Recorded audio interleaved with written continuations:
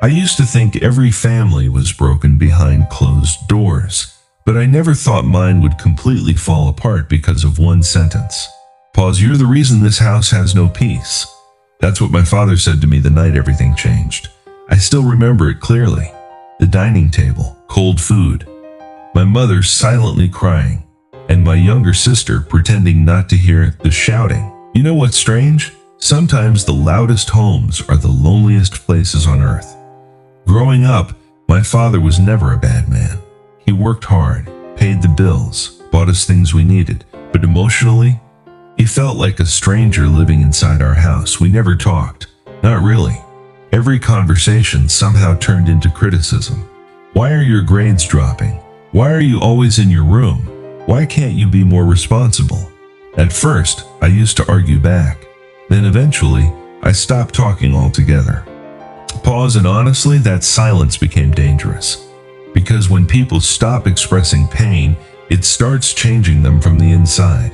I started spending more time outside the house, long walks, late nights, random excuses just to avoid going home, and one night, everything exploded. My parents were fighting again, louder than usual. I heard my mother crying from the kitchen. Then suddenly my father shouted, "I sacrificed my whole life for this family."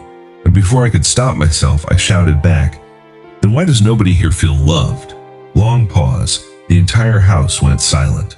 My father looked at me like I had betrayed him, and then he said it. "You're the reason this house has no peace." That sentence destroyed something inside me. So that night, I packed a bag and left home. No plan, no destination, just anger. I kept walking until my phone battery died, and around 2 a.m. I ended up sitting alone at a small roadside tea stall. That's where I met the old man. At first, he didn't even look at me. He just slowly drank his tea and said, "Running away from home?"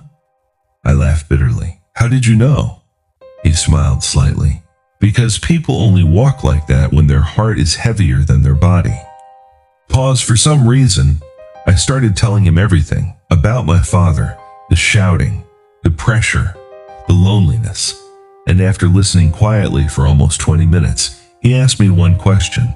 "Have you ever seen your father cry?" I immediately said no. But then, I remembered something. When I was around 10 years old, I woke up one night and saw my father sitting alone in the dark living room, holding unpaid bills in his hands, crying silently. Back then I didn't understand it. But suddenly, years later, that memory hit me differently. The old man looked at me and said, "Sometimes parents love their children deeply. They just don't know how to show it." Pause. That sentence stayed in my mind the entire night.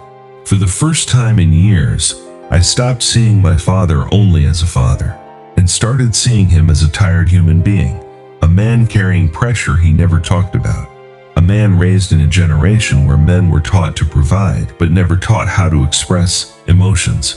By morning, I decided to go home. Honestly, I thought nobody would care.